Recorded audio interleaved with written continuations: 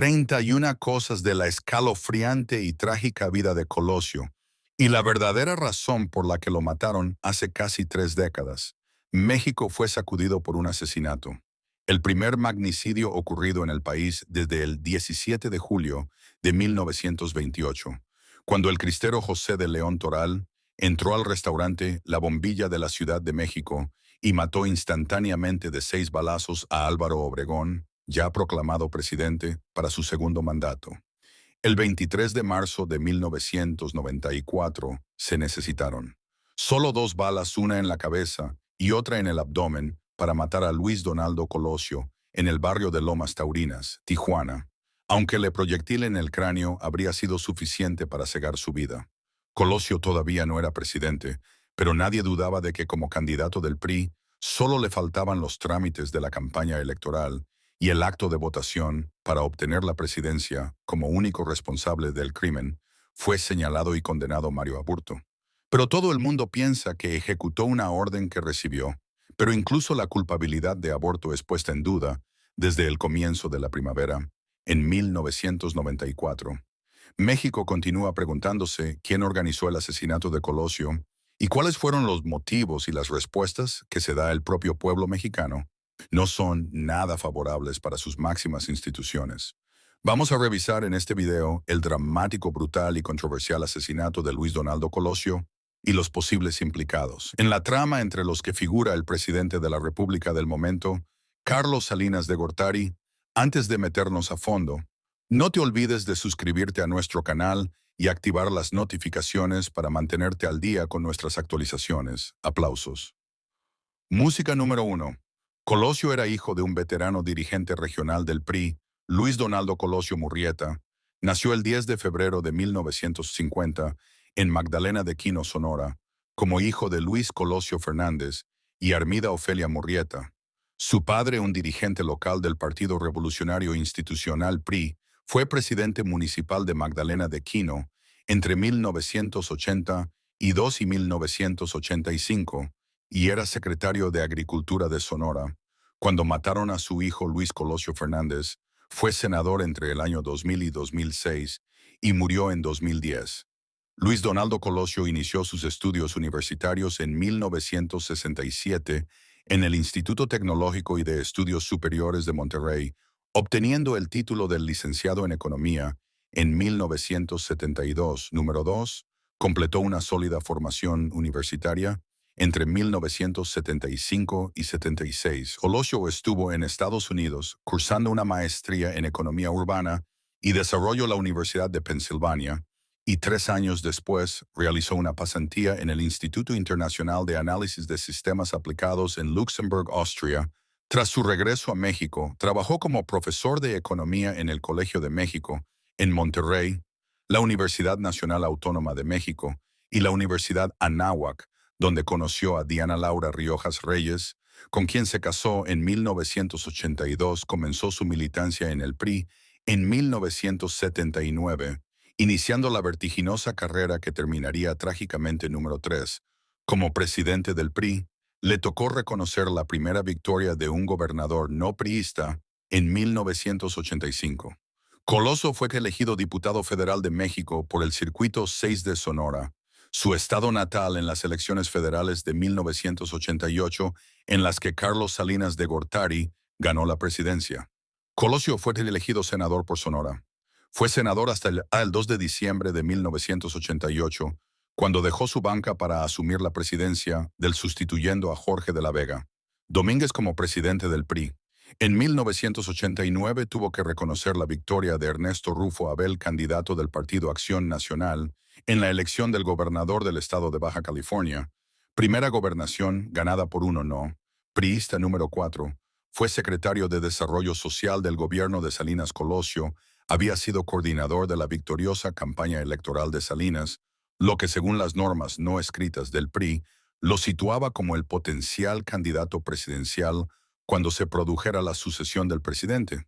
En ejercicio, otra norma no escrita del PRI era que el candidato presidencial ungido con el dedazo por el presidente en funciones debía formar parte del gabinete ejecutivo en abril de 1992. Salinas se incorporó a Colosio en su gabinete para ocupar la Secretaría de Desarrollo Social, una cartera ministerial clave por el contacto que permitía con los grandes masas militantes del PRI número 5. Obtuvo la candidatura presidencial del PRI del año de 1993, el 28 de noviembre de 1993, siguiendo la tradición en las reglas no escritas, se produjo el destape de Luis Donaldo Colosio como candidato presidencial, lo que lo convertía en virtual presidente de México. En su designación como candidato derrotó al secretario de Hacienda, Pedro Aspe Armella, y al jefe del Departamento del Distrito Federal, Manuel Camacho Solís, quien, molesto por no haber sido el beneficiario del dedazo, renunció al cargo a finales de 1993 con la popularidad de NASA y un ambiente económico favorable por la entrada en vigencia del Tratado de Libre Comercio. Todo indicaba que a Colosio solo le faltaban los trámites de la campaña electoral y el acto de votación para ser presidente número 6. Camacho Solís fue designado comisionado para la paz en Chiapas.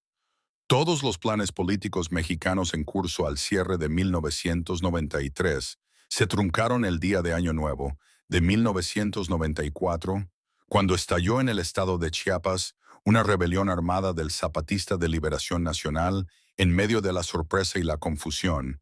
El 2 de enero, el presidente Salinas le pidió a Colosio que no iniciara la campaña electoral hasta que la situación en Chiapas estuviese controlada. El 10 de enero, en medio de los combates entre el ejército mexicano y los rebeldes, Salinas nombró a Manuel Camacho Solís como chilenado para la paz en Chiapas, en una decisión que sorprendió a casi todo el mundo, ya que éste había sido derrotado por Colosio en la lucha por la candidatura presidencial. Apartándose molesto del Ejecutivo número 7, Colosio inició su campaña electoral contrariando la petición del presidente Salinas con la designación de Camacho para una función tan visiblemente importante. Mucha gente se preguntó si la intención de Salinas era descabalgar a Colosio de la candidatura para entregársela al flamante comisionado de paz.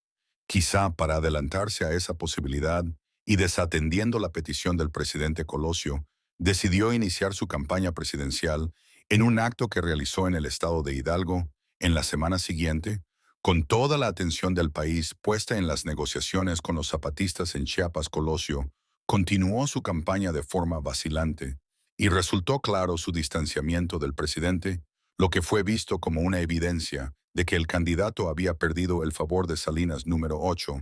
Se separó de Salinas en un discurso del 6 de marzo de 1994 que muchos califican como su sentencia de muerte. El 6 de marzo, en un acto de masas en el Monumento a la Revolución, Colosio identificó su ruptura con Salinas mediante un discurso esquemáticamente inspirado en el "Yo tengo un sueño" de Martin Luther King, sin alejarse de la tesis del liberalismo social, cuya adalid era el presidente Salinas. Abogó por reformas políticas y un nuevo federalismo, incluyendo la democratización del PRI y el establecimiento de límites al presidencialismo mexicano. Este discurso simbolizó la ruptura de su relación hijo-padre con Salinas, aunque los más suspicaces después dirían que fue su sentencia de muerte número 9. En su discurso del 6 de marzo de 1994, cuestionó abiertamente el presente mexicano.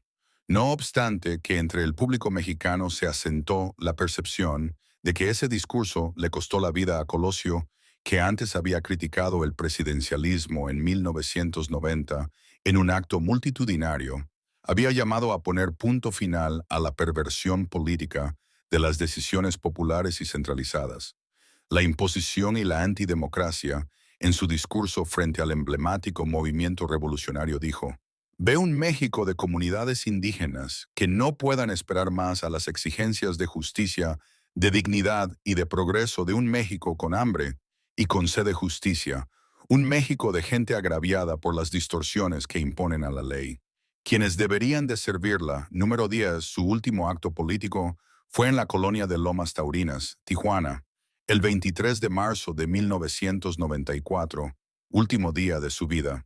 Luis Donaldo Colosio arribó al aeropuerto de Tijuana a las 4 de la tarde procedente de La Paz para un mitin en la colonia Lomas Taurinas.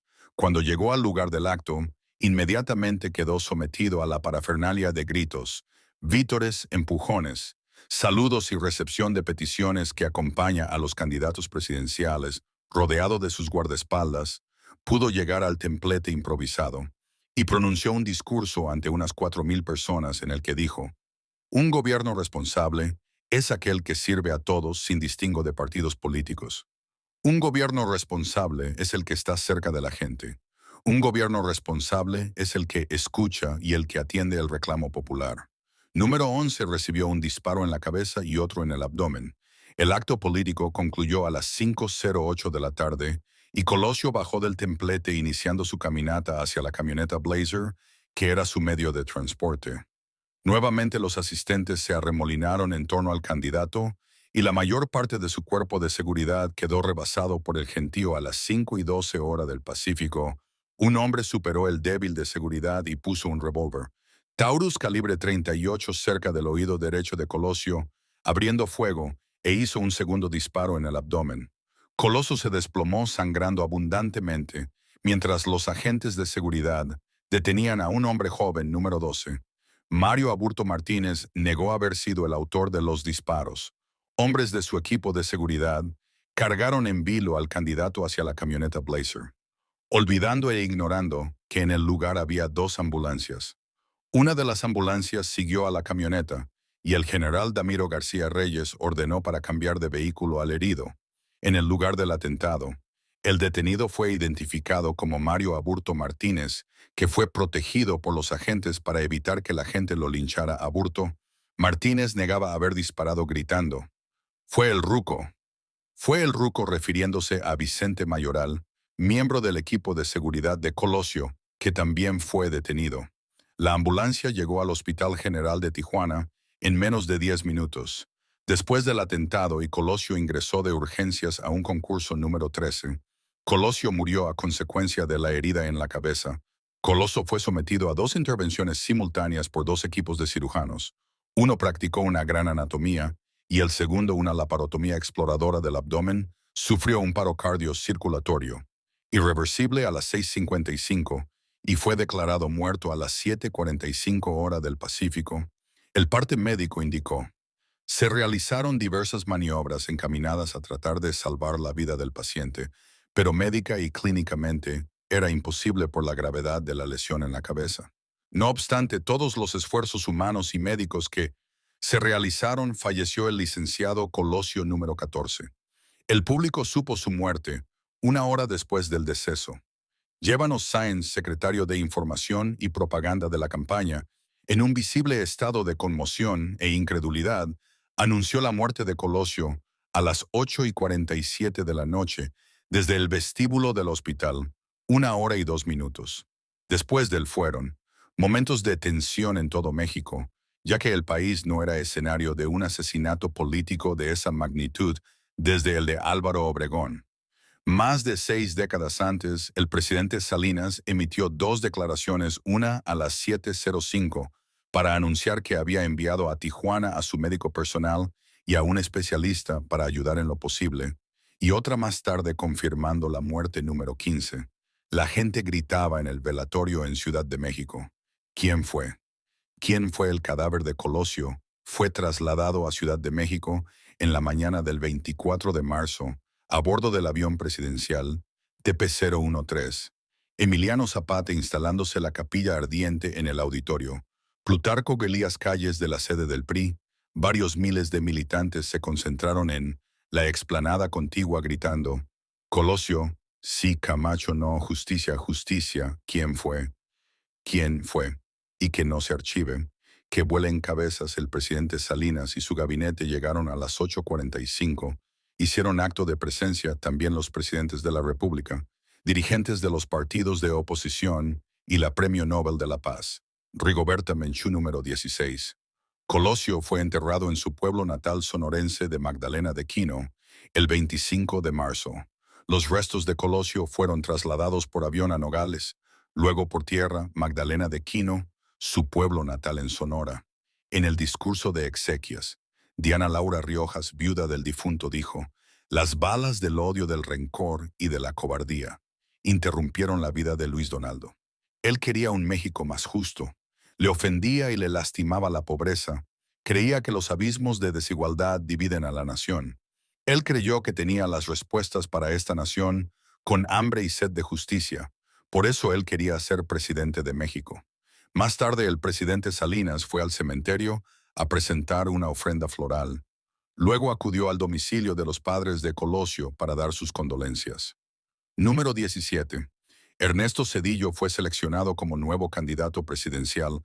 Tras el video se desató una endisimulada lucha en el PRI por la candidatura presidencial que recayó en el resto Zedillo, quien se benefició de su condición de jefe de campaña de Colosio. Entretanto, la investigación del asesinato se estaba desarrollando de manera caótica, inobservando los protocolos mínimos de criminalística. El Procurador General de la República, Diego Valadez Ríos, llegó a Tijuana pocas horas después del atentado y asumió la investigación que por ley correspondía al gobierno local. Valadez Ríos confirmó a Mario Aburto como el autor de los disparos. Poco después, el ministro de la Suprema Corte, Miguel Montes García, fue designado fiscal especial para el caso número 18. El fiscal Montes dio una voltereta en sus conclusiones. El 4 de abril, el fiscal Montes informó que el asesinato había sido producto de una acción concertada en la que participaron Aburto y varios cómplices, incluyendo a Tranquilino Sánchez Rodolfo Riva, Palacio Vicente y Rodolfo Mayoral y otros. En esa ocasión descartó la hipótesis del asesino solitario. Sin embargo, la línea de investigación empezó a cambiar cuando se hicieron exámenes psicológicos a Aburto, perfilándose la teoría de un único autor intelectual y material. El 14 de julio, el fiscal Monte se desdijo de todo lo que había afirmado anteriormente y atribuyó el crimen a Mario Aburto como único planificador y ejecutor por razones políticas. La viuda de Colosio rechazó las conclusiones del fiscal Montes desacreditado y en medio de una incredulidad generalizada renunció a su fiscalía especial. Número 19. El fiscal Chapa Besanilla presentó la teoría del segundo tirador con la llegada de Zedillo a la presidencia. La Procuraduría General de la República recayó en el abogado Antonio Lozano, gracia del Partido Acción Nacional, quien designó a Pablo Chapa Besanilla como nuevo investigador del asesinato de Colosio Chapa. Reconoció que la escena del crimen no fue bien preservada. Incluso afirmó que había sido manipulada, señalando que una bala encontrada era sembrada. Con esto rezó la teoría de la acción concertada y presentó la hipótesis de un segundo tirador, argumentando que un solo ejecutor para las dos balazos era técnicamente imposible. En agosto de 1996, el juez de la causa desestimó los argumentos de Chapa y el caso volvió a su punto de inicio con todos los detenidos puestos en libertad, excepto Aburto número 20. El expresidente Salinas fue interrogado por el tercer fiscal del caso en agosto de 1996. Luis Raúl González Pérez fue designado como nuevo subprocurador del caso. Luego de trabajar sobre 27 líneas de investigación, redujo los posibles móviles a 2. Un asesinato encargado por el narcotráfico que temía ver sus negocios afectados por una presidencia de Colosio, y un asesinato por motivos políticos causó gran revuelo mediático. Una declaración tomada por el fiscal al expresidente Salinas, quien entonces vivía en Dublín, Irlanda, era la primera vez que un expresidente comparecía en un juicio penal, pero la indagatoria no añadió mayor cosa. Expediente número 21 tras 3. Fiscales en el caso Aburto quedó como único autor del crimen. Las dos líneas de investigación del subprocurador González Pérez, asesinato por el narcotráfico y asesinato político, resultaron desechadas por falta de pruebas, siendo la conclusión legal. La siguiente, Mario Aburto Martínez fue el autor de los dos disparos que recibió Luis Donaldo Colosio. Murrieta, el homicidio se perpetró con una sola arma de fuego, y la bala encontrada en el lugar de los hechos fue disparada por esa arma, añadiendo: no existe prueba jurídica que demuestre la coparticipación de personajes políticos y del crimen organizado. Con ello, Aburto quedó como único responsable del crimen, y su sentencia inicial a 45 años de cárcel quedó confirmada. La Subprocuraduría Especial se extinguió en el año 2000 y en el año 2006. El vocero de la Presidencia de la República, Rubén Aguilar Valenzuela, señaló que el caso Colosio estaba jurídicamente cerrado. Número 22. Teoría de conspiración de las muertes. Las teorías de conspiraciones empezaron a aparecer.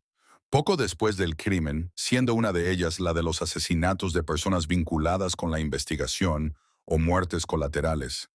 La más llamativa de estas muertes fue la de José Federico Benítez López, director de Seguridad Pública de Tijuana, el 28 de abril de 1994.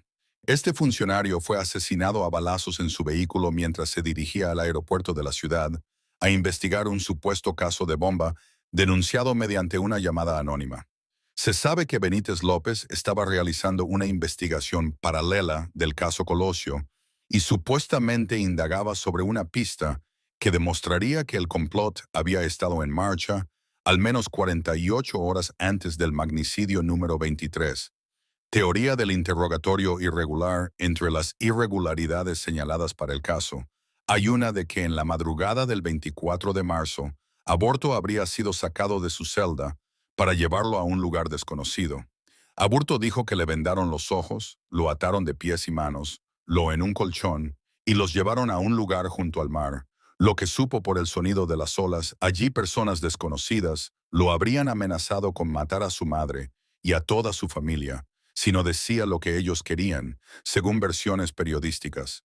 Este préstamo de aborto existió y fue atribuido a Malio Fabio Beltrones, gobernador de Sonora, y persona que se había presentado en Tijuana como representante personal del presidente Salinas. En el caso Colosio, número 24, teoría del sexto pasajero, también fue ampliamente ventilado en la prensa que en el avión de la Procuraduría General de la República, que trasladó a Mario Aburto de Tijuana a Ciudad de México, el 24 de marzo del año 1994, viajó un sexto pasajero cuya identidad nunca fue establecida. Se especuló que este personaje anónimo, que habría interrogado al presunto asesino durante el trayecto, era un comisionado especial del presidente, para no perder el seguimiento de Aburto en ningún momento. Incluso se dijo que era el controlador de Salinas del complot contra Colosio. Hipótesis fue desechada por la Procuraduría, aduciendo falta de evidencias. Número 25. Teoría de los asesinos múltiples. Esta teoría propuso la existencia de 3 abortos. Uno que disparó, otro que fue detenido y otro que fue presentado a la prensa detrás del cristal blindado del penal de Almoloya. Habrían sido 3 personas de gran parecido físico que asistieron al mitin de Lomas Taurinas y cuyas pequeñas diferencias en sus aspectos fueron detectadas en las fotografías. Además, esta teoría fue alimentada por las omisiones y descuidos en la primera fase de la investigación, incluyendo la existencia de 3 documentos oficiales en los que se consiguieron 3 estaturas diferentes para aborto número 26. Teoría de las 2 armas. Esta teoría se basó en las versiones contradictorias sobre el arma utilizada por Aburto, una que había sido inmediatamente decomisada y guardada por el equipo de seguridad de Colosio, y otra que había quedado abandonada en la escena hasta que una escolta regresó a recogerla. La teoría de las 2 armas conducía a la de 2E y fue alimentada por la cardióloga Patricia Aubanel Riedel, participante en las cirugías de Colosio, quien dijo en una entrevista radiofónica que la herida en la cabeza había sido por una bala calibre 38 y la del abdomen por una calibre 22 días después.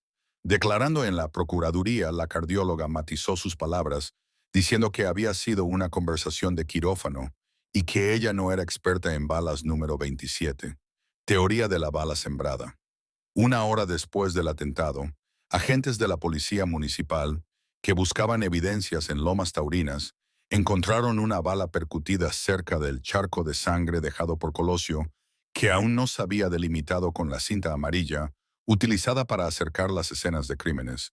Un grupo de partidarios de Colosio había rodeado el charco de sangre, lo que seguramente no ayudó a preservar la escena. Los agentes pusieron la bala en una bolsa plástica y la entregaron en la Procuraduría, y surgió la hipótesis de que fue sembrada, ya que una revisión de la escena realizada 15 minutos después del atentado no la había número 28.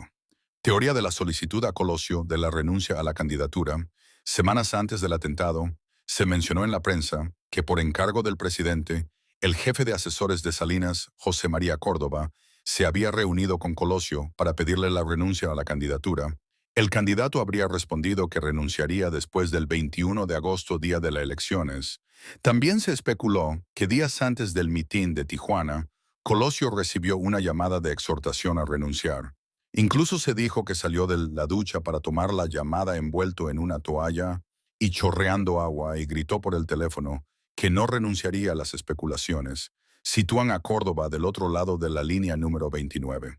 La viuda de Colosio rechazó la visita de Salinas en su lecho de muerte. Diana Laura Rioja, su esposa de Luis Donaldo.